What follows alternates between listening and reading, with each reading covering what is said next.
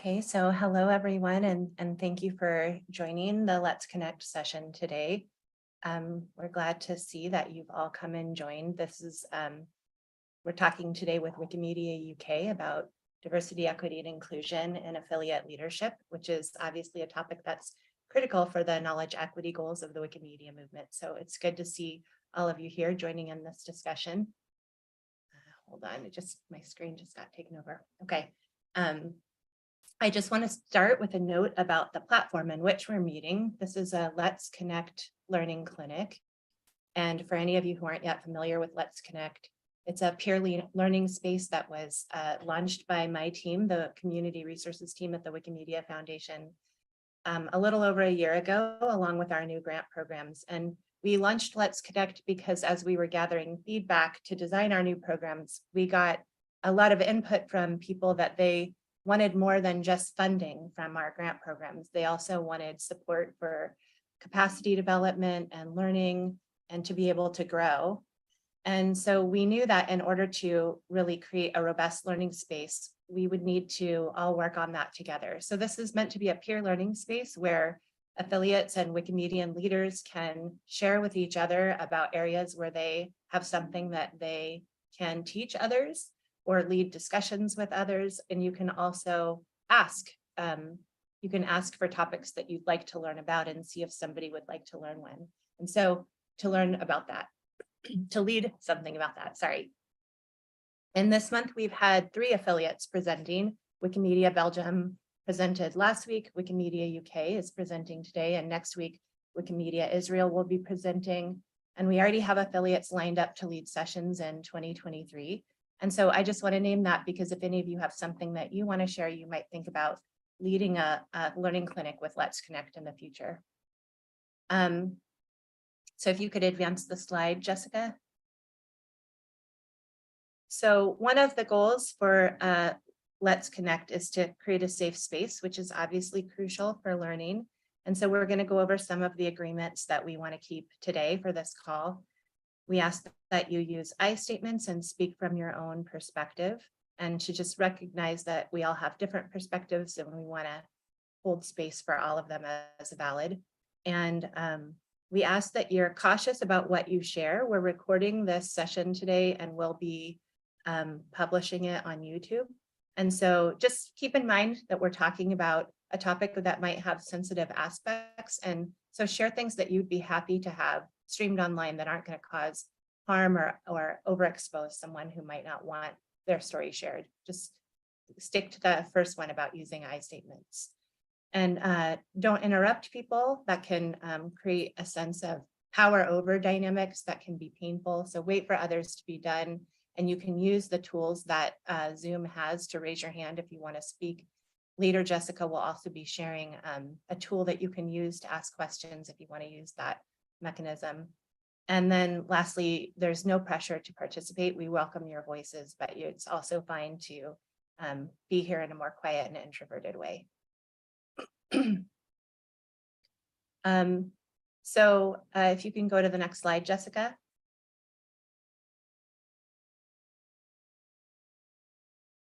So today's session, as I said, we'll be featuring Wikimedia UK. I should have started probably by introducing myself, but I'll do that now. I'm Marty Johnson, and I'm the program officer for our grant programs in Northern and Western Europe. So I work with Wikimedia UK. And over the course of my conversations with them, I was really struck by how they were talking about their approach to developing leadership in their affiliate with attunement to diversity, equity, and inclusion, wanting to have a diverse board that represented the diversity of their context and how to create an inclusive space that would make it a positive experience for a diverse group of people to come together. And I know from working in the Wikimedia movement for years that there's a lot of conversation about the need to bring principles of diversity, equity, and inclusion to our leadership spaces, and questions about how do we do that. And so I felt happy to hear how Wikimedia UK was approaching this. And then, as you may know, they won the Wikimedian of the Year award, one of the awards for affiliates, because of their work on DEI and leadership in affiliates. So we thought that it would be good to give them a space to share more about that so that we all can learn from them. Just a note about Wikimedia UK itself, it's one of the oldest and largest affiliates in the Wikimedia movement. It was founded in 2008. It's since grown to have 16 staff, and they have a very diverse board of 11 trustees. Again, that's one of the subjects that Lucy will be discussing today. They have extensive programs and partnerships with both large and mid-sized institutions, and their work broadly reflects their commitment to diversity, equity, and inclusion. And their executive director, Lucy Crompton-Reed, will be speaking today. And Lucy has worked in voluntary, cultural, and public sectors for 25 years, with an emphasis on leading and developing participatory practice and promoting marginalized voices. And she joined Wikimedia UK as their chief executive in October 2015. So you'll see that there's more details in this slide if you'd like to know a little bit more about Wikimedia UK or Lucy specifically. And I just want to say that in the deck, the slide deck has translations of this slide in Portuguese, Spanish, and French. And I just want to name that I made those translations using DeepL, so they're machine translations. And so if there's a little awkward language or anything, just know that's not coming from Wikimedia UK, that's coming from the machine translation. And let's see, just the last thing that the Wikimedia Foundation has a diversity, equity, and inclusion team. And Selena Young, who you'll see waving, is representing that team today. That team's full focus is on making the Wikimedia movement a more inclusive environment. And their work has recently broadened to include support for affiliates in creating a more diverse, equitable, and safe and inclusive space. And so they played a lead role in co-organizing today's session. And Sele and I will be alternating and asking questions of Lucy today. And then at the end, there will be a chance for all of you to ask your own questions and engage directly. And so with that, we're going to dive in to the conversation with Lucy. And so our first question is, tell us about your approach to your board with respect to diversity, equity, and inclusion goals. Thanks, Marty. Just before I respond to that question, I'm just going to say there's a bit of a noise here because I've got a fan heater on because it's so cold. But if that is distracting or disruptive, please let me know. Just sort of trying to look and see. I can't hear the fan at all myself. Okay, thank you for that, because it's quite loud here, but otherwise I'll start shivering and you'll just hear my teeth chattering. So thank you very much indeed for that introduction, and obviously thank you so much for inviting me to talk today. I hope that what I say is of interest. There is a question and answer session at the end, and I really hope that we can get into some discussion. And I really want to preface this by saying that whilst I'm incredibly honoured to have been asked to talk about this and do feel proud of the work that we've done, Wikimedia UK is not claiming expertise on any of this. We're just sharing what we've been doing, some of the things we've put in place, some of the challenges that we still face. And so I really want to sort of preface the whole conversation with that. You know, I hope that this can be an exchange. It's very much not me just downloading what we've done, but I'm going to do a bit of downloading because I've been asked to do that. And just to say, as I think Marty contextualized it, but diversity and equity has been at the heart of Wikimedia UK's social purpose and strategy since the start of 2016. But that has, or certainly was, focused predominantly on our programme delivery. In the background, there was definitely a strong sense that that as a charity striving to ensure open knowledge for all and to increase the representation of marginalised people and subjects on Wikimedia, that we needed to have a diverse board of trustees. And I certainly know that that was a strong driver for previous chairs of the board as well as myself. But it was really in 2020 that we started to look at this a bit more systematically.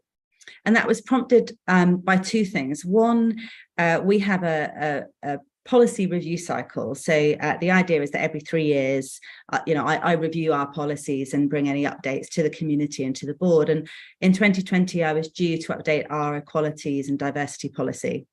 And then the other big thing that happened, and I know we'll all remember this, but the sort of global reckoning that took place or started to take place following the murder of George Floyd that summer in July 2020. And those two things prompted me to think that actually we needed to go much further than the commitment to equity, equality that was written into our strategy, which, as I say, was very much focused on our external activities, and our policy, which basically said, you know, we won't break the law and discriminate against people. So I felt that we could go further.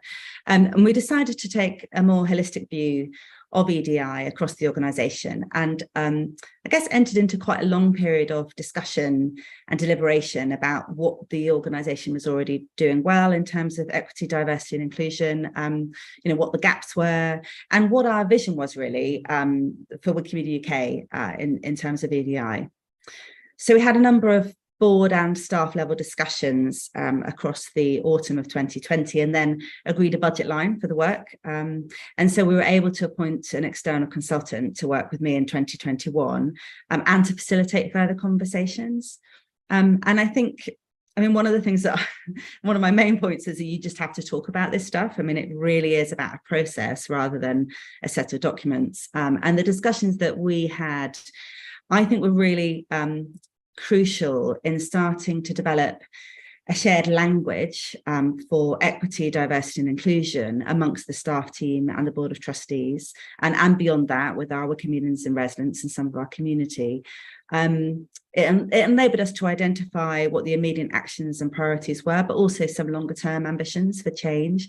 And it surfaced some challenges and some issues that we needed to address within our work and within our activities, some of which I think we have addressed, and others are sort of ongoing, really.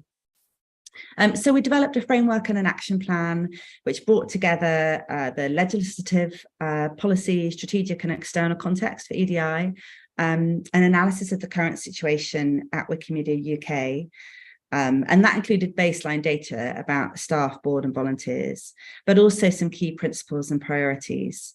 And it encompassed staff, trustees, volunteers, partners, suppliers, programmes and communications, although I'm obviously focusing on governance and leadership today.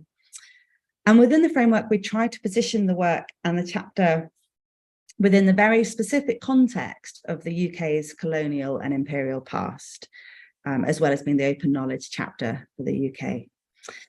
The action plan, I'll probably talk about this more a bit later on, but we've organised that into a number of themes. So we have culture and belonging, representation and power, recruitment and progression, policy and processes, collaboration and learning. I'll probably leave it there for that question. I'm sure you've got more, Marty.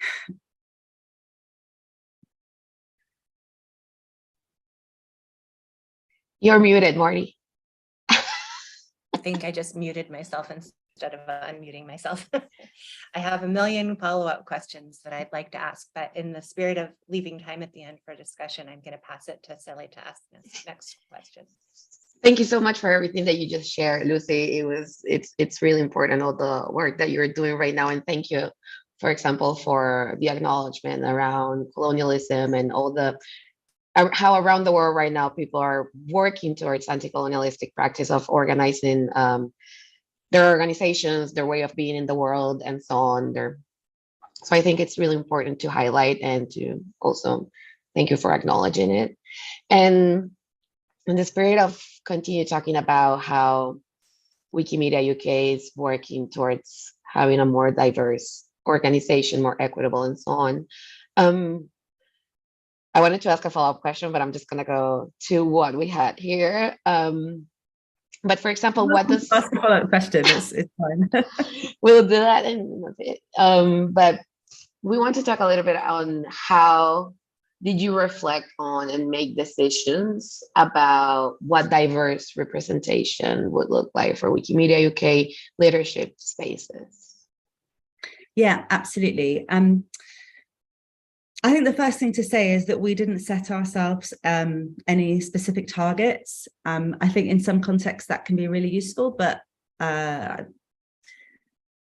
think it can also lead to tokenism, which we didn't want. So in the initial benchmarking that I did in August 2020, I compared the demographics of the board and staff with UK-wide demographics, and we started to think about where there were, any obvious gaps. And the data from that survey in August 2020 is quite interesting. So at that point, looking across the staff and the trustees, 11% identified as having a disability or a chronic illness, and that compared to 18% of the UK working age population. 22% identified as Black, Brown, a person of colour or an ethnic minority, and that compared to 13% of the general UK population. But at that point, actually, a third of the board were from racially minoritized backgrounds, and only one member of staff was. That's changed in both cases now. And at that time, a third of the staff on board identified as LGBT+, which compared to, I was quite surprised actually, an estimated 2.2% of the general UK population, according to the ONS. I would have thought it would have been higher. At that point, and I have to say, for most of my tenure, we've had a very strong representation in terms of women on the board. And our current chair and our last chair were both, and last but one chair were both women. But at that point, a third of the board were male and 2/3 were female. And that proportion was replicated exactly on the staff team. 2/3 of the staff team were female and a third were male. And all of the senior leadership team were women and continue to be so. So that was quite an interesting starting point. One of the things at that time we made a real priority was to introduce positive action with a focus on people of colour. And that was driven by a number of things, and it included the recruitment and retention of more editors from Black and Asian backgrounds, as well as the racial diversification of the staff team. And those, I say targets, but a soft target really, but more of an agenda, was underpinned by the Wikimedia Foundation's Community Insights survey, which showed that Black and Asian editors were, really woefully underrepresented in the UK, in the US as well, I think, but obviously our focus was on the UK. Lucy, sorry. I just want to interrupt you just for a moment and ask if you could speak a little more slowly. We've got feedback. Please, thank you for saying that. I apologize. I will. No, I spoke so quickly myself. So no, thank you. So I'm veering with that comment into our programmatic work, but just wanted to highlight that although we didn't set targets, and really it was looking at our demographics against the UK national averages, we did set this very specific focus on Black and Asian editors, and also thinking about Black and Asian representation across the organisation more generally. And just to share with you some more up-to-date data, so we now have 50% of our board identify as Black, Brown, a person of colour or an ethnic minority. 80% of the board are now women. Actually, I think that's just changed. Because we've evened that out slightly. 30% of trustees identify as LGBT+, 20% identify as having a disability or chronic illness. So basically, against all of the UK's protected characteristics, the Wikimedia UK board has what I would consider adequate, or in some cases, really quite good representation. And the staff team is also becoming, increasingly representative, and but remains 2/3 female and 1/3 male. We did have quite an interesting and quite a funny conversation at the board when we were looking at that data and whether there were any gaps that we needed to address, and noted that there was an overwhelmingly female-led, women-led organisation. But I think within the context that we're working at Wikimedia, I think that's quite interesting and not necessarily a bad thing. But coming back really to Sally's question about the reflection and sort of thinking about that representation, I think we were all very aware and very mindful, even from the start of the process, that diversity is really only one part of that equation, and that perhaps even more important is that the people you bring around the table, whether that's a literal table or a virtual one, have to feel a sense of belonging and shared purpose. People have to feel welcomed. We have to recognize and value different backgrounds and experiences and perspectives. And I think everybody needs to feel a real sense that the organisation is actively trying to overcome or help people to overcome any barriers to participation. So that inclusion piece, you know, and equity is so important. And you know, you can't if you can set yourself up as having quite a diverse organisation, but if the practice of the organisation is not one of deep respect and collaboration and inclusivity, then actually I think that can be almost counterproductive. Thank you so much for that. Marty, do you want to do you have any follow-up questions on this, or do you want to go to our next question? Do you want to go through all of question 2? Whatever you like. I mean, our next questions are more around like the approaches, Lucy, that you took into consideration when building this inclusive culture, and how does that would result in a sense of belonging for diverse leadership, like understanding also how to build on that belonging piece. Yeah, I mean, I think firstly, I do think that organizational culture is really quite hard to define, and in my own experience and observation, it's hard to change. So I feel quite fortunate that before we started on this process of developing a framework and an action plan for equity, diversity and inclusion, that we did already have, you know, really a pretty supportive and inclusive culture. And that, you know, that's not just me saying that, that's borne out by the fact that the external EDI consultant who we brought on conducted some, you know, private and anonymous surveys with staff, and those were extremely positive about the organizational culture. And, you know, we got some really, really nice comments and feedback from people through that. One thing which perhaps is a bit of an aside, but an important one, is that people did draw attention to some of the wider challenges of Wikimedia, shall we say, in relation to diversity and inclusion. But that's probably a wholly different conversation, but I think it is important to highlight. And I mentioned that our action plan had one of the 6 main themes was culture and belonging. So within that, we did identify a number of internal, external actions, with those internal ones obviously being focused on the staff and the board. And I'm just going to share a couple of those with you, not the whole thing, obviously, because people are going to want to go at some point.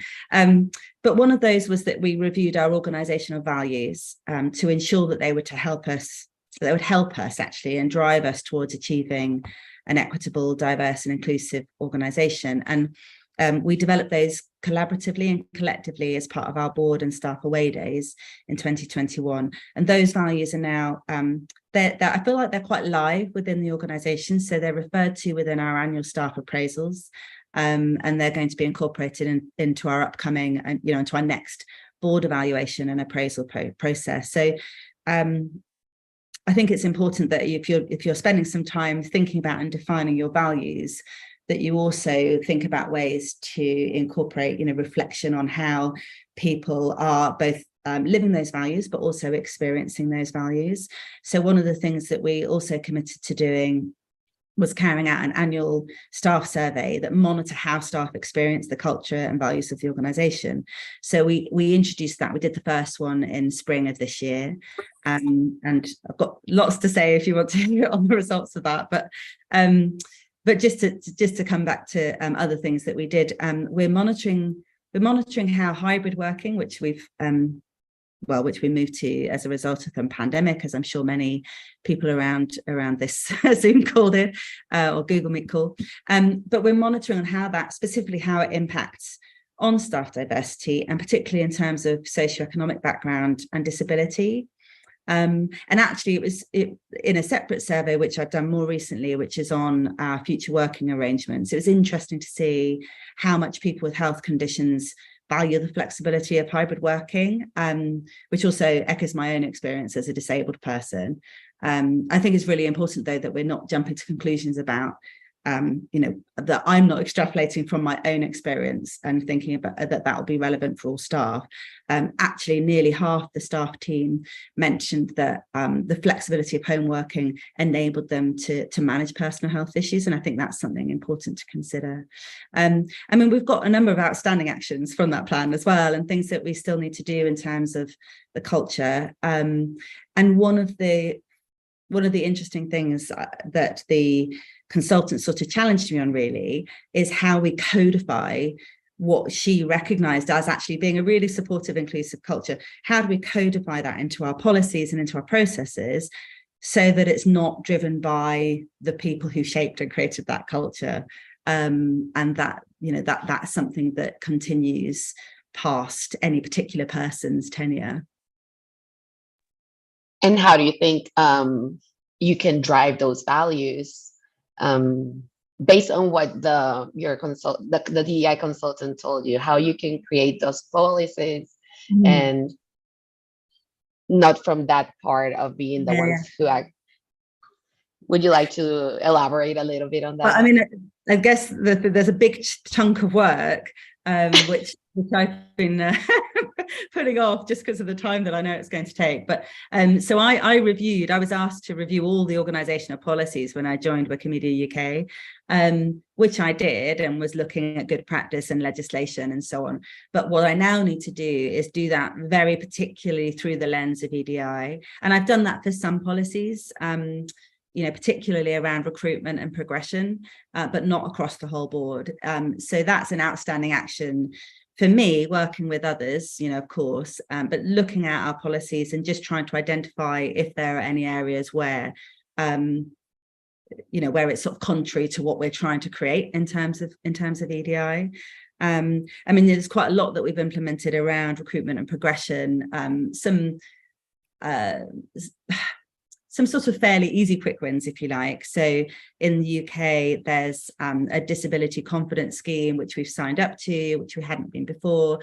So, we've been doing blind recruitment, all sorts of practices, putting out interview questions in advance. So it's not really about how well people can fly by the seat of their pants, but actually, how much they know their stuff. So we've put quite a lot in place, but there is quite a lot more to do in terms of the policies.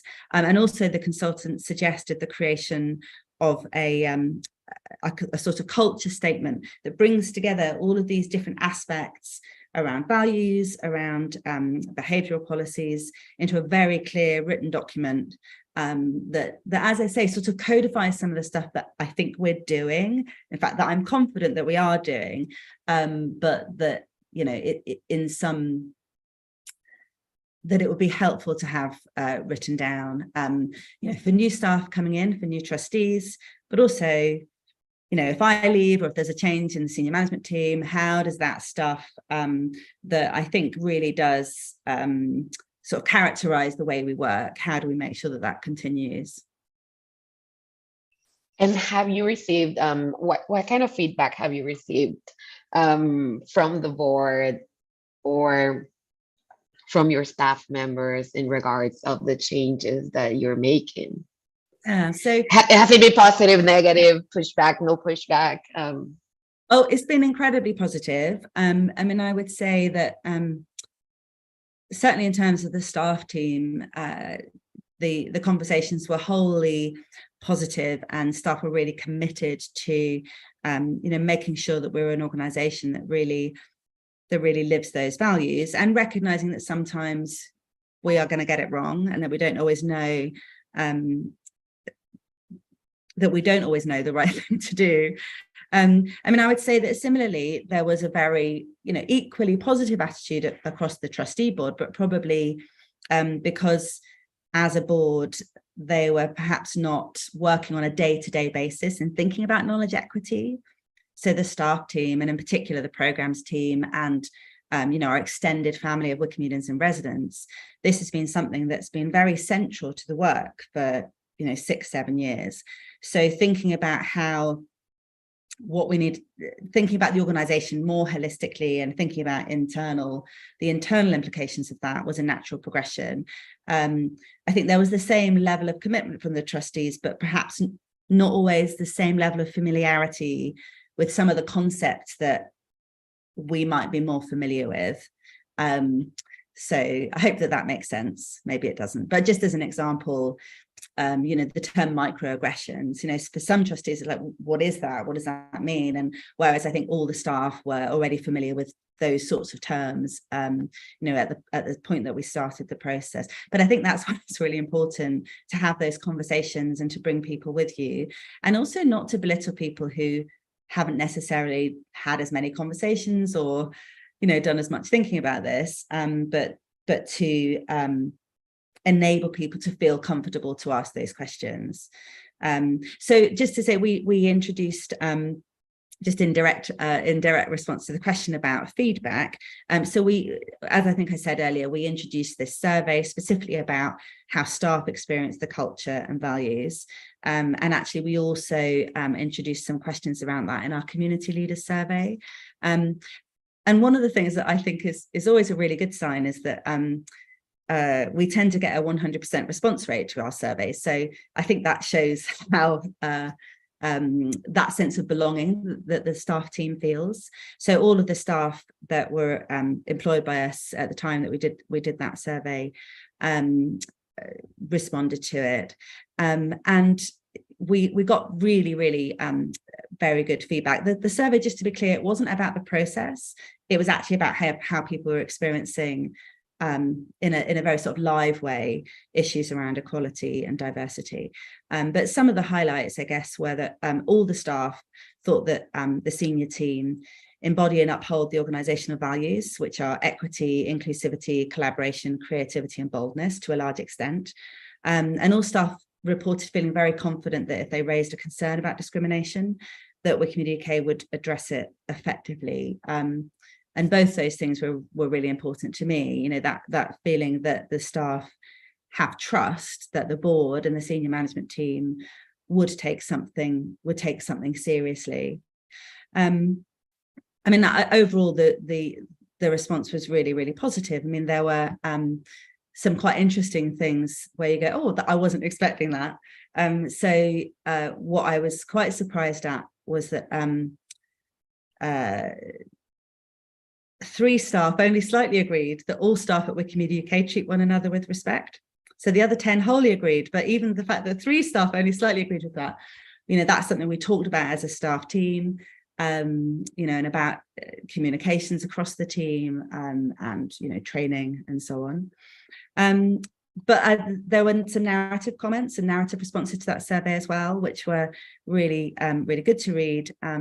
So just as an example, someone says, as someone with a protected characteristic, I've always been treated with the utmost respect. I feel that issues raised around discrimination would be taken seriously and treated with care. I think Wikimedia UK is heavily focused on equity inclusion, and I think this comes across strongly in the work that we do and how we operate as a team. Wikimedia UK holds itself to a higher standard in this regard compared to any other place that I have worked. But one of the things I think that's important to mention, one of the things we were looking for was any patterns that might emerge from particular groups, but happily that wasn't the case. I mean, it's a small sample, we're a small team, but in fact, staff with protected characteristics generally reported either at least as positive or more positive experience of the culture and values of the organisation when compared to their colleagues that will have no specific protected characteristics, which is sort of interesting in itself, I think. Thank you so much for everything. I just wanted to highlight a couple of things that you were saying around the importance of having trust in the process, trust in your peers, trust that we're coming from the best place, and knowing that making mistakes is part of that learning process, and how you speak about people, like some sensitive, sorry, this is my dog. Always welcome. Misa. How some sensitive pieces, for example, harassment or people or anything that would have to do with people's identity was taken with a lot of care. And I think that's something that a lot of organizations most of them, like activist organizations, human rights defender organizations, are working towards having more practices of care. Mhm. I don't know if that makes sense in English on how I'm No, it trying to does. say It does. Yeah. it. And then And how sorry.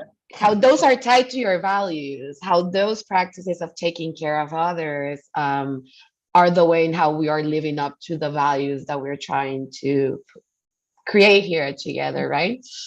And I think also, just like to finish, to wrap my intervention, it's like apparently I wasn't moderating, I wasn't intervening, but a little bit on how we are doing some sort of with this kind of practices and with these kind of processes, we're doing a revisionism on the privileges that we have, and specifically from leadership spaces. And that interesting part is how you're putting it from like a pedagogical perspective, on how you're saying that it's okay for those who haven't had this amount or more conversations around DEI. This is a place to learn more about this. And I think that that approach, regardless of having pushback or negative feedback or even productive feedback, being able to come back and say, okay, so what we want to do here and how we want to do this is by all of us learning together. Yeah. And I just wanted to thank you, because it's for me, it's an amazing way of approaching all of these different aspects of people experiences and contexts and ways of living. No, I appreciate that. I mean, I just to respond to two things. One, actually, we could have had care as a core value, and I'm sort of kicking myself slightly that we didn't. Particularly during 2020, there was a real sense amongst the sort of, I don't know if you follow FemEdTech, but basically sort of women working in education and technology and open, there was a real movement around care and that practice of care. And I think, you know, I think it was the spark of it came because of the impact of the pandemic, but I still feel like we're collectively living through really quite challenging times. And yeah, that those collective practices of care, and that being actually, I think, an incredibly valuable aspect of leadership. And I have to say, I was really lucky during the time that this, I guess, the more intensive process was going on in terms of developing the framework and the action plan, that the chair of my board at the time really valued skills of empathy and really felt that this was an important process. And then something else about, allowing people to ask the stupid questions and not judging people. I mean, I think back to 20 years ago, nearly 20 years ago, I joined the Refugee Council, and I was the national coordinator of a big sort of campaign and festival in the UK called Refugee Week. And so I had lots of conversations with people from refugee community organizations, lots of refugees. And I think I probably, in good faith and with good intentions, I probably said some really, really stupid things. And I remember the sort of empathy and the understanding with which those people treated me. And as I say, I'm by no means an expert on any of this, but I've had quite a lot of interesting conversations about it. And just because I might know, and there's a sort of shorthand if I'm talking to you, Sele, or someone who is working in this field, not everybody has that shorthand, but it does not mean that they're not bringing good intentions to the process. And I've just spotted Owen's comment. I'm trying not to look at the chat because I'm sure it's really interesting, but I would just feel like I'm trying to do this, right? So, but Owen's just made a really good point about it being an ongoing process, and absolutely, and that's also the same in terms of our own understanding, and and the way that we're talking in the team about something like decolonization now is probably more sophisticated than the way we were talking about it a year ago, but in a year's time we'll have a better understanding and more nuance and more sensitivity about those different issues. Thank you for that follow-up. So all of the questions that Sele has just been asking are on the theme of just exploring how you think about representation. And this next question is kind of broadening to think about other, what are the other principles? And that's all been built in. We're talking about care and about empathy and whatnot. But if you think about affiliates trying to diversify their leadership, what principles do you think are most important? And I just wanted to say, in response to a comment you made in your last question, in your last share, you were saying how your consultant said that you have to think about the policies that are put in place to guide an organization, or the structure that's put in place, so that it has a more stable life than just the people who are there at any given point. And it made me think about one of my nonviolent communication teachers, Mickey Kashtan, who teaches internationally on these topics. She'll say that a way that you can ask yourself if there's built-in diversity, equity, and inclusion, or whatever the value is you're trying to uphold, is that built in by pretending that your structure is taken over by a hostile actor, and how much power would one or two hostile actors have to tip the whole ship?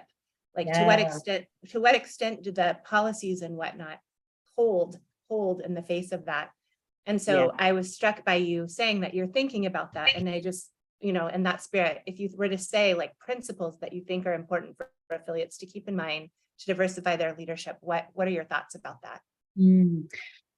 Thank you. I mean, actually, we have a written set of principles, but what we don't have as part of those principles, I think maybe they need amending, is just the importance of codifying the stuff that you're doing. And I think that provocation, if somebody came in as a hostile actor, what could they do within the current policies that would be sort of inimical to what we're trying to achieve? That's actually a really, really good challenge. But coming back to those principles, I mean, we work together to define our own principles at Wikimedia UK, and those are written down as part of our framework. And I think it's probably less about me saying these are the important principles and more about the importance of working within your own context and within your own boards and staff teams to define what those should be for you. But having said that, I'm very happy to share what we have as our set of principles.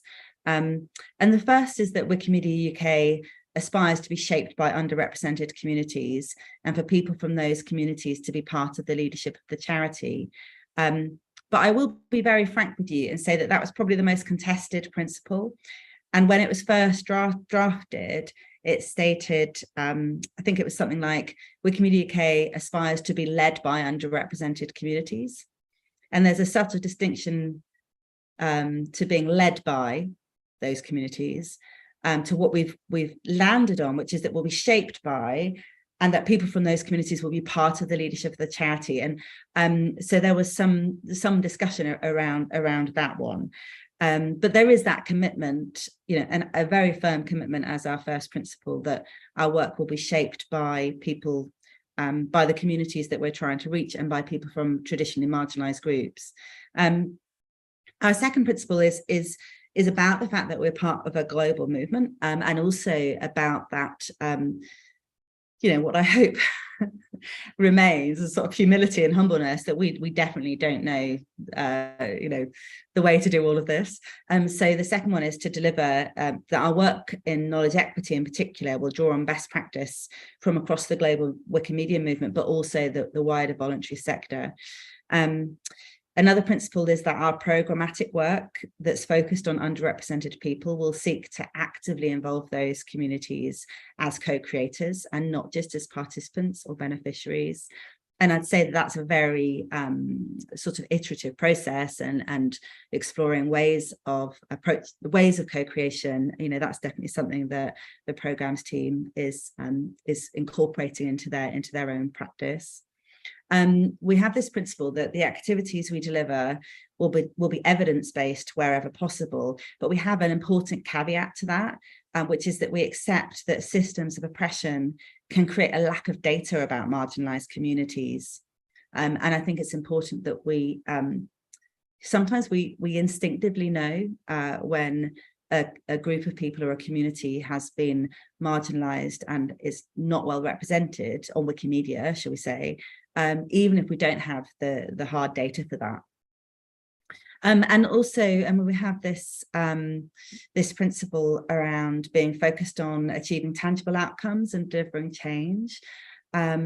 but being transparent about our approach, so sharing our data and our priorities and communicating our learning and our challenges. And I'd say that this session is part of our commitment to that principle, although I definitely think we could be doing more, not just in doing the work, but in sort of reflecting on and sharing what we're doing and the, the pitfalls as well as the highlights. So that's a sort of long list. These were the principles that were important to us, and I would invite and encourage anyone thinking about this work to spend some time thinking about the principles that will drive diversification for you.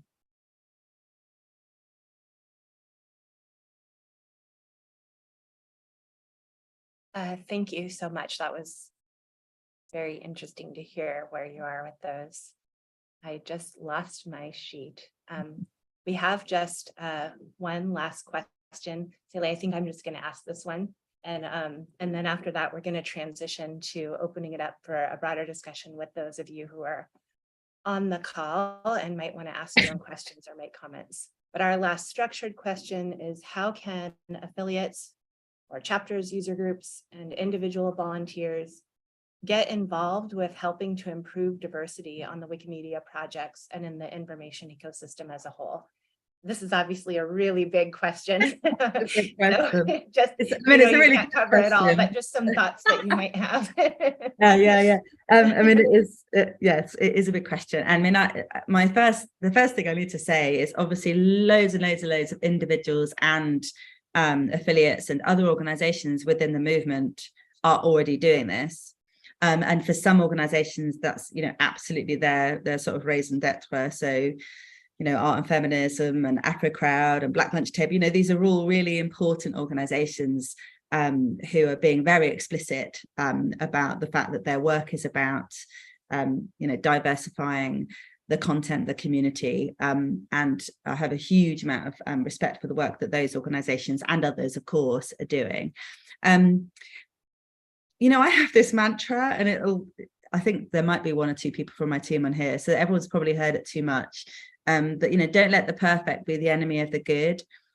And I think really that's about, jump in, because sometimes it is easy to overthink this stuff. And particularly as I think it was you, Marty, who highlighted at the start, this is all quite sensitive stuff, isn't it? When we're thinking about underrepresentation, we're thinking about people who've, to quote the strategic direction, people who've been left out by systems of power and privilege. This is stuff that's part of people's identities, that can come with a lot of hurt and a lot of pain. And because of that, we have to act really sensitively and work in ways that are, that are not extractive and that are sensitive and that are meaningful. But all of that can act as a barrier to actually doing stuff. So I'd say jump in. If you are an editor and you're looking to make Wikimedia the best that it can be, I think probably the best thing that you can do is to address some of the lack of representation. And for you, it might be that you're particularly interested in looking at languages other than the ubiquitous English Wikipedia, or it may be that you want to write more about women, or maybe that you're aware that there's massive underrepresentation of Black scholars working in the UK or the US. It doesn't matter. The work and support each other. And if there's areas that some organizations are doing, some affiliates are sort of doing really fantastic work around, and maybe we can take a little bit of a step back but focus our energies somewhere else. So I think the sort of cross-fertilization of ideas and practice is something that we could get better at as a movement generally, but in this area in particular. But otherwise, in terms of what people can do, yes, I think about it meaningfully, create a strategy, create programs and projects, but also just jump in, just do something. I'm not sure that was a very articulate Yes. answer. No, I think I love that. I love that idea of not letting the perfect being the enemy of the good and just jumping in, because like you said earlier, of course, we're all going to look back and see the things we said that we, face palm about, but we're only going to learn if we kind of get into the mess, wade into the messiness. So thank you so much for all of those responses. And as those of you listening might have been able to tell, we structured these questions in advance in collaboration with Lucy so that we could cover the main things that she wanted to share with us. But now we're going to open it up to a more freestyle space with just improvised dialogue. And I know that there have been questions that are gathering on the board that Jessica shared. There may be some of you who are ready to open your mic. It'd be nice to hear some other voices to engage in discussion with each other about this topic. And Jessica, is there anything that you want to add before we do that? Yeah, thank you so much, Marty. So there's so many things on the board. So I would just like people to raise their hand if they actually want to voice their question and expand on it a bit. Or also bring in their own experience, their challenges. We also want to register, as Lucy was saying, like everybody has their own context, and really learning from your challenges and your approaches would be great in this session. So please just raise your hand and we'll start listing the people who want to speak. If there's silence, then I can voice some of the questions on the board. There's already a raised hand, so great. Do you want to moderate this, Marty or Sally, or do you want me to? Go ahead, Jessica. Why don't you do it because you're tracking what's on the board the most closely. Excellent. Okay. Constance. So for everybody who will require listening to Constance in English, you can please switch to the English channel so you can hear the interpretation. I think Constance will be speaking in French. And sorry for those YouTube followers who can't hear the translation live. Constance, over to you.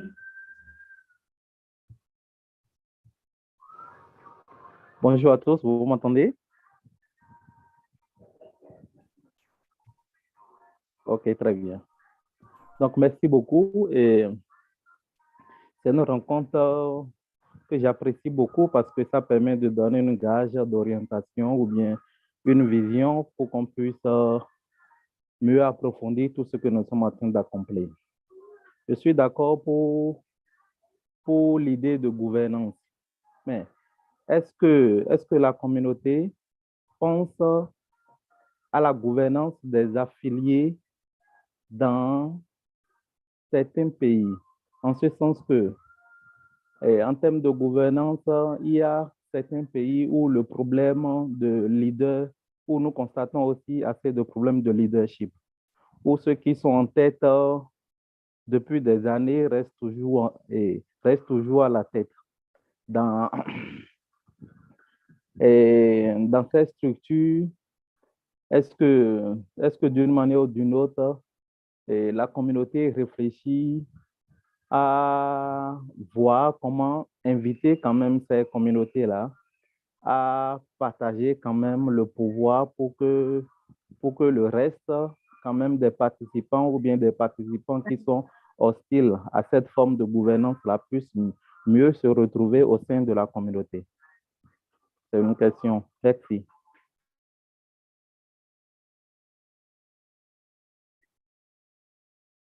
I think I missed the start of that. I hadn't realized I needed to press the English button. I'm so sorry. So I was listening to Constance's beautiful French accent, thinking I wish that I had better French.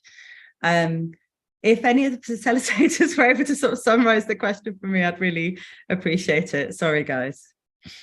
No, that's fine, Lucy. I'll try to do that, and Marty or Sally can jump in. So as I understand, in different contexts, there may be problems with leadership that have been there for many years, and there'll be resistance to change. And there's like a concentration of power.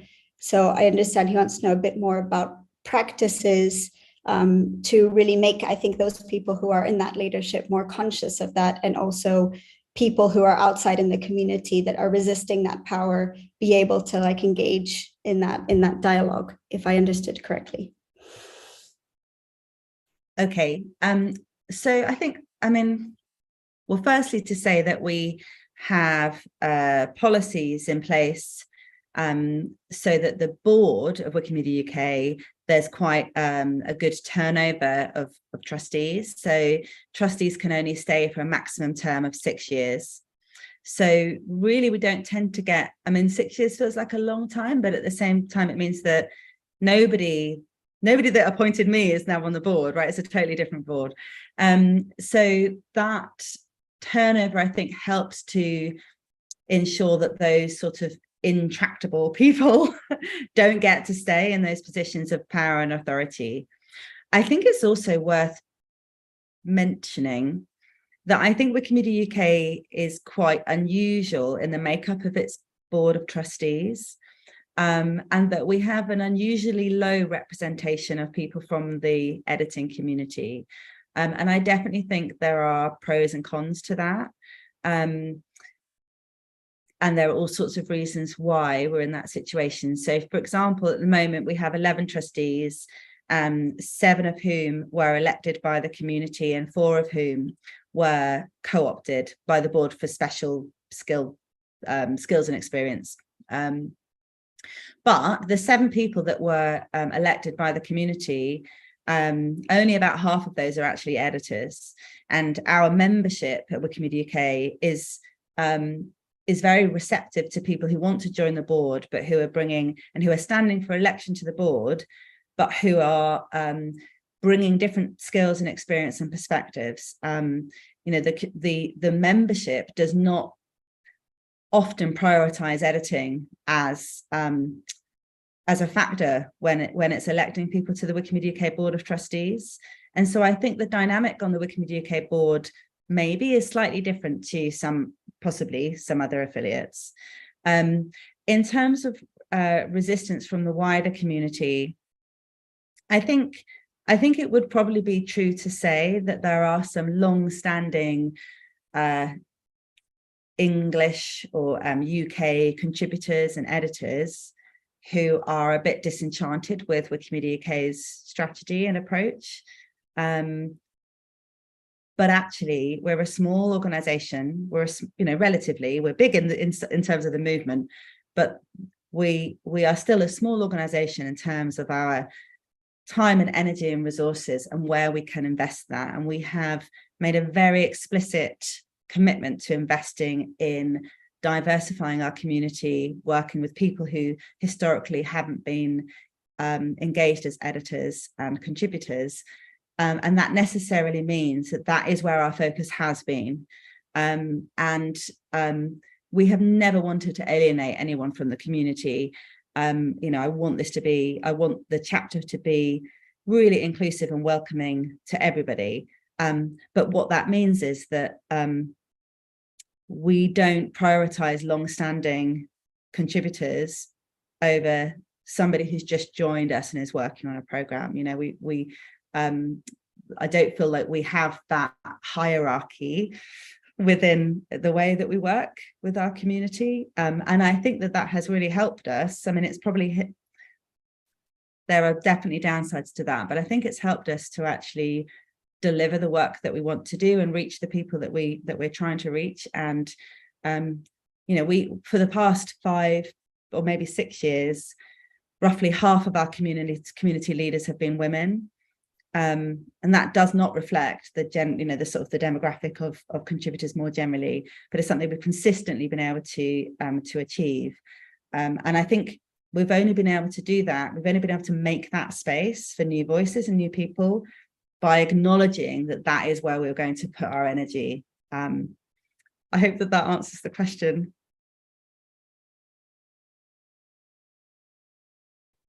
Thanks, Lucy. Just a follow-up that Constance mentioned in the chat was that sometimes in some contexts also affiliates themselves can concentrate that power, and there won't be space for like newcomer groups or newcomers in general. So just wanted to add that. He mentioned that in the chat.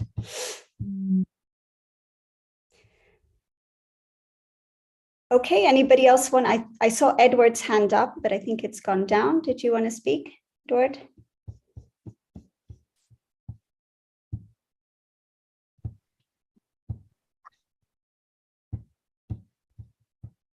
Whilst we wait for Edward, if anybody else wants to raise their hand, or you can stay in the chat as well.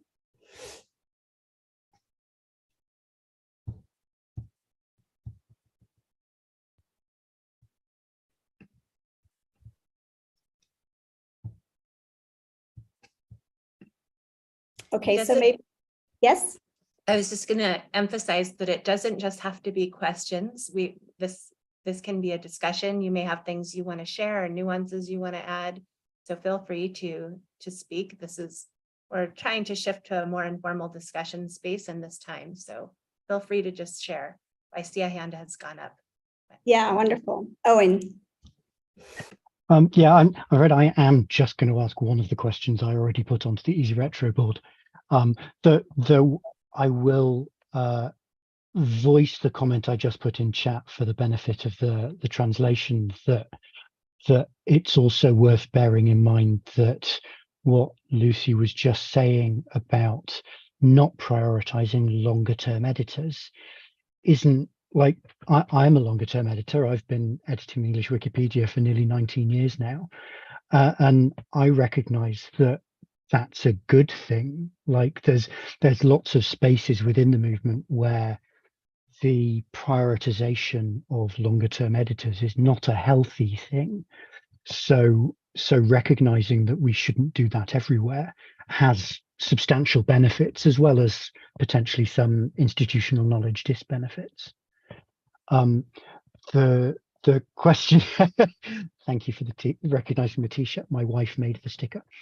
The question I was going to ask was, have you seen pushback and resistance from within the movement to pro-diversity efforts within Wikimedia UK, and have you seen ways of addressing and approaching these that you found more or less successful than others? Yeah, I have to be frank and say that we have. Not across the board. In fact, I would say that generally our interactions with, with other affiliates, particularly with the foundation, everyone's responded very, very positively on the whole. But we have had some resistance, and I'm sort of reluctant to go into the details, if I'm really honest, because this is being recorded for public consumption. But I think, I can give one example, which is, I talked earlier about within our EDI framework, saying that we wanted to introduce positive action around underrepresented communities. And I think that did trigger some alarm in some people. And I think it was important just to be really clear that we're not talking about positive discrimination, that we are absolutely working within the confines of the law. And in the UK, that's the 2010 Equality Act, with which I'm really familiar. So I think, reassuring people that what we're doing, is certainly within the legal frameworks that we need to operate, but also as making the case about the benefit to the community and the benefit to the movement and the benefit to the projects. Because ultimately, if you were to look at our theory of change is really all about the end user, the person reading Wikipedia and looking at the other projects and trying to navigate our incredibly complex world and our incredibly complex information ecosystem, and understand themselves and the world and other people. And so in order to do that, we absolutely have to make sure that Wikipedia is the sum of all knowledge. It's not just some of like white male Western knowledge, that we're servicing the vision of Wikipedia, and that everything that we do is in service to that vision of Wikipedia, to be this, to enable everybody in the world to access the sum of all knowledge. And I think putting it in that context, I think hopefully enables people to realize that what we're doing, it's not in conflict with the overall vision of Wikipedia, quite the opposite. And that, for us, this is the way that we think that we should be doing that. And of course, there'd be lots of other approaches, and a different CEO would have come in with a different approach. But yeah, so in very, very, sorry, that's very long-winded, Owen. In short, yes, we have. I don't want to be specific about it, but I think being clear about our priorities, why we've set them, and what the outcomes are has been essential.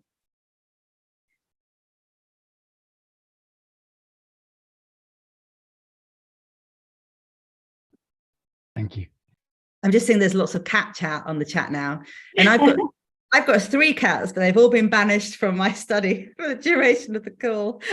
I've seen them in other calls walking around. Yeah. I just wanted to, I'm sorry. Go ahead. No, I just wanted to say to what Lucy was saying and to what Owen was asking, that I think that the pushback in regards of any DEI efforts in specifically in tech and open source communities, it's something that's constantly there, that's always present. I'm also part of the OpenStreetMap community. I'm also part of other communities in open source. And this is something that we see every day. I come from a feminist background, an activist background as well. And this is like the exact reason why we need to have specific groups. For example, in OpenStreetMap, the one that we have is GeoChicas, which is a safe space for women and cis and trans women in the community, for them to actually feel safe within the entire environment. And I think that also replicates in the other communities. Like you see Django girls, then you see Our Ladies, and then you see Python chicks, and so on and so on. And then the other groups that are more into LGBTQI, like Rainbow OSM, or here with us, the Wikimedia user group for LGBTQI users, and so on. So I think this, like, what we see here in terms of pushback, we are also seeing it in the rest of the communities. Like it's not new. I don't doubt at all. Yeah. And I feel I should probably, particularly having been criticised for not having been on a recent Signpost article, I should be transparent about the fact that, like, I know this is the case. I helped. I put together an open letter in support of Les Sans Pages when they were getting a lot of criticism on the French Wikipedia after their recent professionalization and being able to fund a full-time member of staff. And I'm pleased to see several of the signatories, including Lucy, on this call. I recognized that this is very much a problem that is universal, kind of pushing back against diversity efforts. And, you know, it's in part, it's a fight that we will always need to take part, but also I take great pleasure in knowing that the reason that the regressive anti-diversity people are so loud is because they know they're losing. I just wanted to, just because there's been a couple of questions now talking about the resistance that can come up when an affiliate is seeking to do DEI work, and what kinds of strategies can you use to address that resistance. And there are a lot of people on this call who have a lot of knowledge, experience, and I wondered if anyone else besides Lucy would want to jump in and share about that. See, Kira has her hand raised, so maybe she wants to ask and address her own experience. Kira, over to you. Oh, I was asking a new question. So I wanted to give space if somebody wanted to answer the question that was just raised. Okay, thanks, Kira. Marty, if you just want to reiterate then, so anybody who wants to share can. Yeah, both Constance and Owen's question were addressing the fact that sometimes there can be resistance from longstanding members of the movement, longstanding leadership or longstanding volunteers can sometimes feel resistant to changes in supportive diversity, equity, and inclusion. And so the question was just like, how are we seeing that resistance? And when we're seeing it, what are the strategies that we're using to engage with that resistance or respond to it? And just wanted to see if anyone might want to share about that besides Lucy. If anyone feels like you want to share about that, feel free to. Delphine, are you raising your, nice to see you. Yeah. I think there's one thing that is difficult in this conversation is sometimes the lack of awareness, the lack of existence of the the conversation in people's environment, so they just don't hear about it, right? Like we have this conversation here, but are the people who really need to hear this conversation hearing this goal is the first question. And I think one of the things to really try to do is to see what is the resistance. Is it a passive resistance because people don't know about it and we're not talking in the way that they can hear, that this is an important thing? Or is it active resistance? Is like, we just don't want it. And I think in Wikimedia, my experience at least is that a lot of it is the first one. It's people who just kind of passively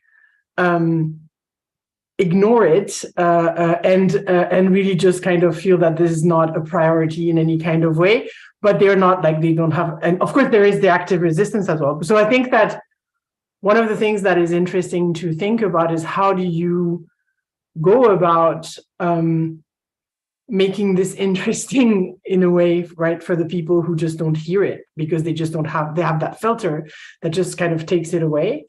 And I don't have an answer to this, but I think it's an interesting way to think about it. Like, say, how do you go about it in a way that that makes you heard in the first place to start the conversation? Because I think that one of the biggest problems is really starting that conversation, and not so much like once you have the kind of the ear of people and they're ready to kind of like hear, oh, there is a problem and this is how this problem comes into place. So maybe starting like at the very basic level of like, how does non-diversity actually hinder us making a real good encyclopedia might be something that we want to address more as a movement, and think more about, like the fact that if there is no diversity, then there is no all the knowledge of the world, right? So that's might be like a first point. And how do you build on that to then go to the instances, to the places where power is being kind of kept and not shared? That's the interesting kind of angle. Thank you, Delphine. When you say that, I just wanted to share a quote from Anasuya Sengupta, who's the head of Whose Knowledge, that she would often say that that diversity is one of our most significant lenses for understanding, knowledge.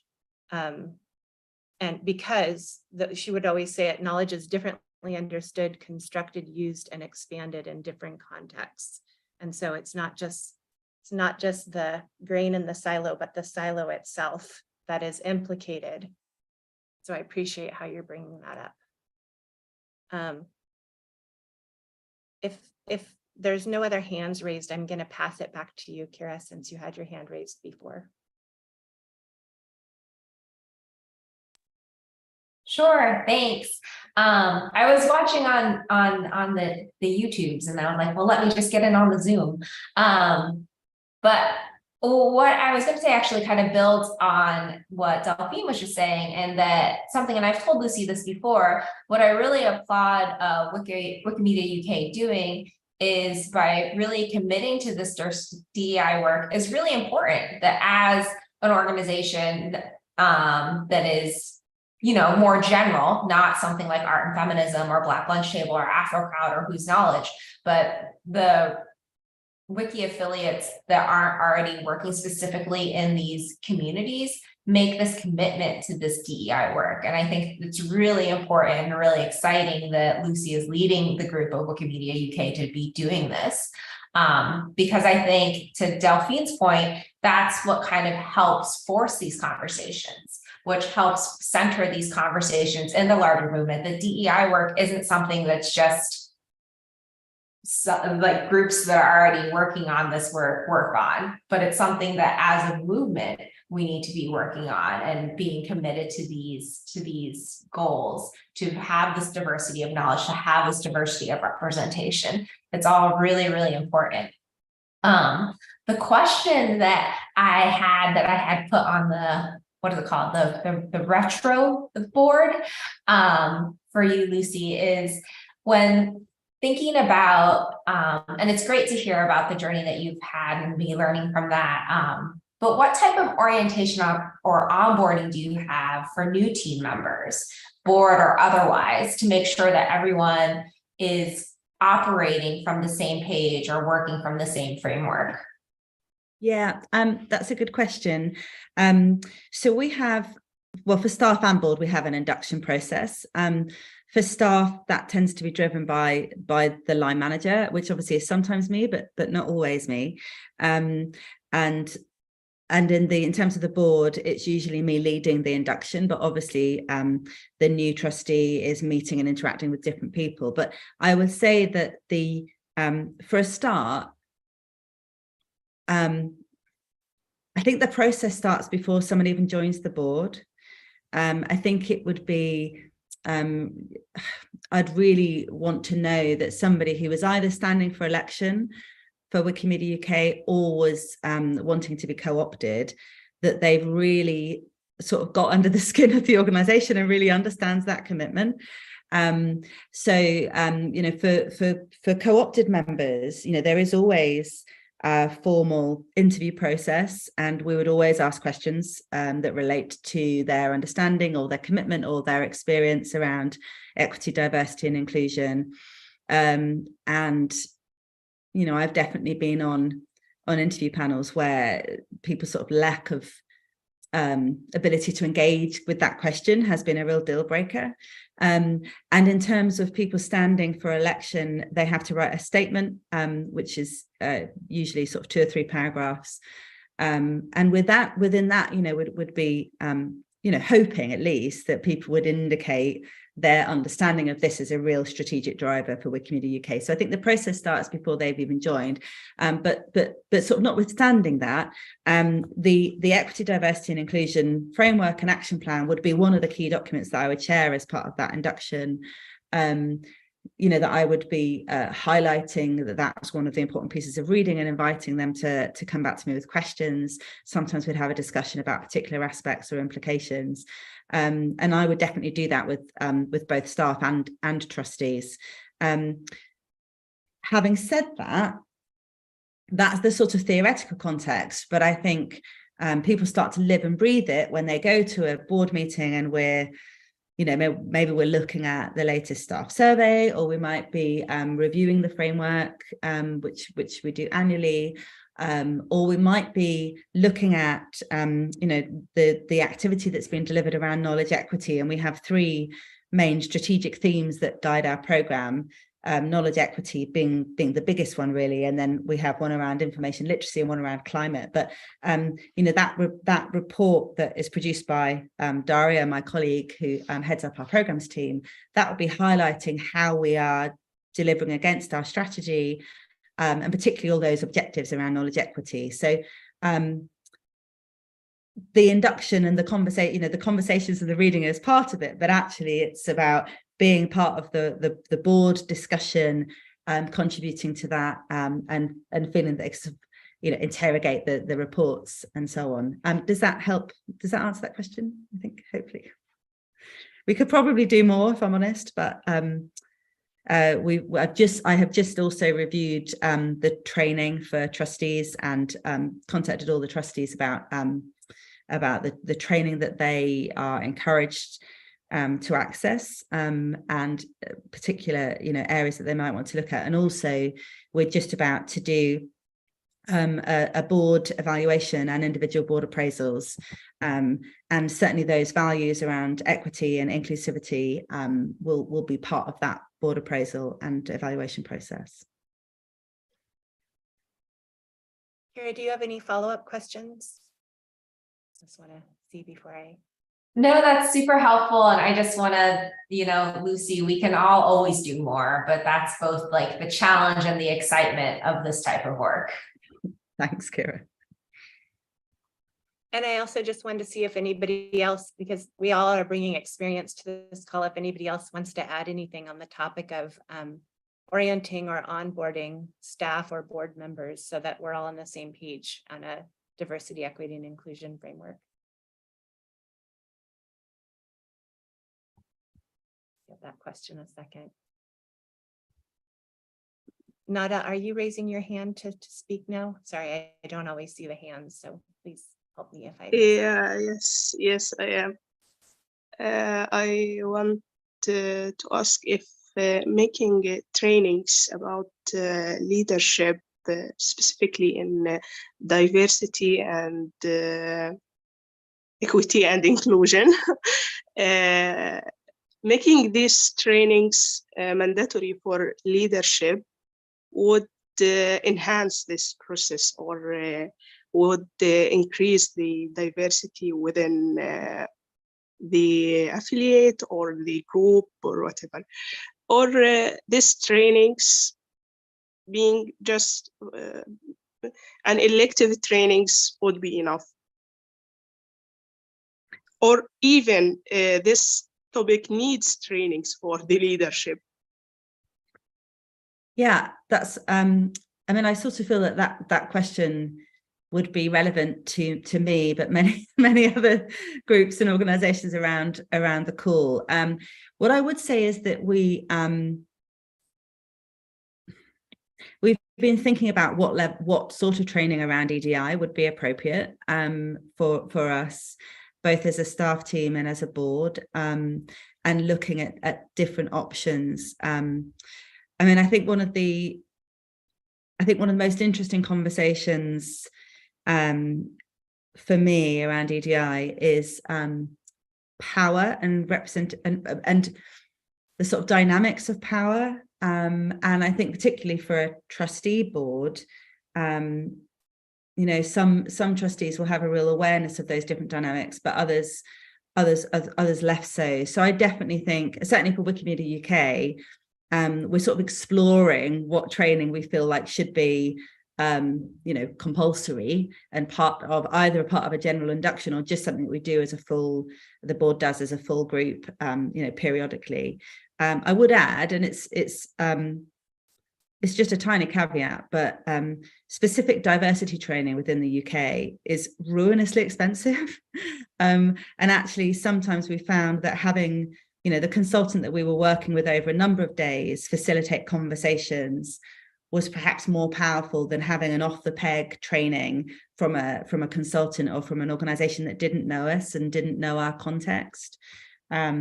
But it's definitely something we're thinking about in quite a live way, both in terms of staff and board.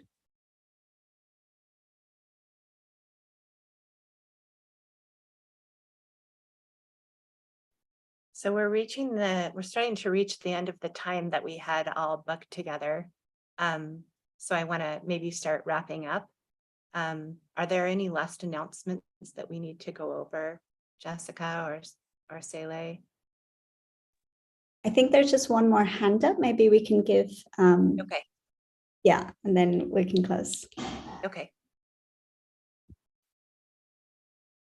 Alors, bonsoir à tous. Merci pour cette discussion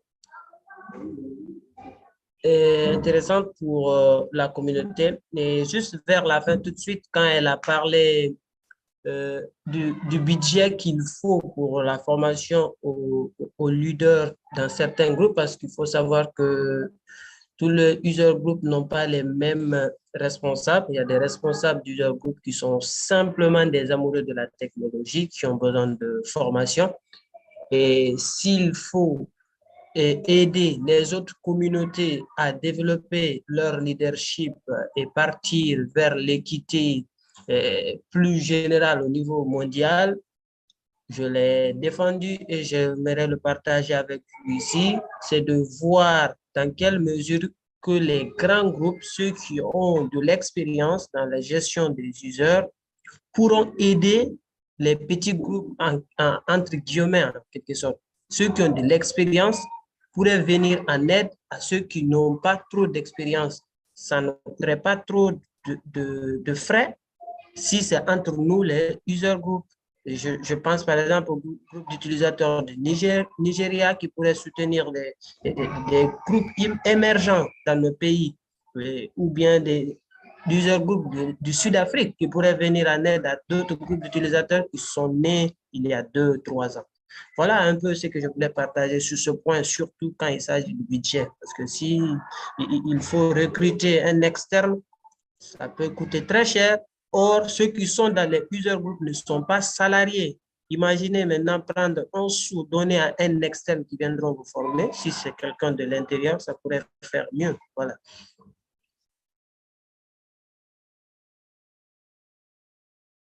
Yeah, thank you. I mean, I think you raise an incredibly important point about resources and about how resources are distributed across the movement. And, you know, I have to acknowledge that I'm in a position of enormous privilege as the executive director of, you know, one of the largest affiliates that receives regular funding from the foundation, for which we're very grateful. And, you know, I would say that we definitely feel that sense of responsibility and obligation to the wider movement. I would say that we generally react very positively to requests for support or guidance or insight from smaller affiliates. I think what we could do is do better is to be much more proactive about what that offer could be. And in fact, we've been talking with AFCOM about what support or what resources, materials, trainings that Wikimedia UK could provide around governance to smaller, either existing affiliates or more likely aspiring affiliates. So, you know, watch this space. I think things will be happening there. But I think, you know, we can't really have a conversation about EDI without acknowledging the fact that even within the movement, there is, never mind the content of the projects, but just within the structure of the movement, there's a lot of inequity, and that, you know, the UK gets regular funding from the foundation, and we're also able to raise some funding ourselves within what is a, you know, really quite a rich country. So I want to just acknowledge that and say that, you know, I think my team and I will always respond helpfully and positively whenever we can to requests, but that we should get better about thinking how with our I guess, you know, experience and resources, we could share that more widely. Thank you so much, Lucy. We're reaching the end of the time, so we will need to close now. We just want to emphasize that the retro board can still be a space for gathering questions. I'm just refreshing the link. If you have remaining questions that we didn't get to, you can put them in there. We're actually going to be working on a diff post summarizing some of the ideas that were shared today that we'll publish just as a follow-up and another way to share information. And so we can look again at the retro board for that piece. And also the DEI team and my team, we're still thinking about other ways to be having training spaces and learning clinics that can help us continue to have this conversation, so that this won't be the last chance. And I just want to emphasize again what I said in the beginning, that if you yourself have something that you want to share about DEI in relation to affiliates or any other topic that would be useful for this peer learning space, to reach out to Jessica, and we can do just an initial consultation. You don't even have to commit. We could just brainstorm with you what it could look like. There's different models and ways to do it to make it doable. But the goal is for us to be learning and sharing with each other. And I just want to say thank you, Lucy, for the courage to step in and share. As you said in the beginning, none of us are total experts about this. And it's just lovely to see you stepping in and sharing what you've learned and opening up a space for discussion. And thank you all so much for joining. And we'll follow up with the links if you want to revisit anything in the YouTube recording and the diff post. Thank you very much. Thank you for asking me, Marty, and for facilitating. And great to see Thanks, you all. everybody.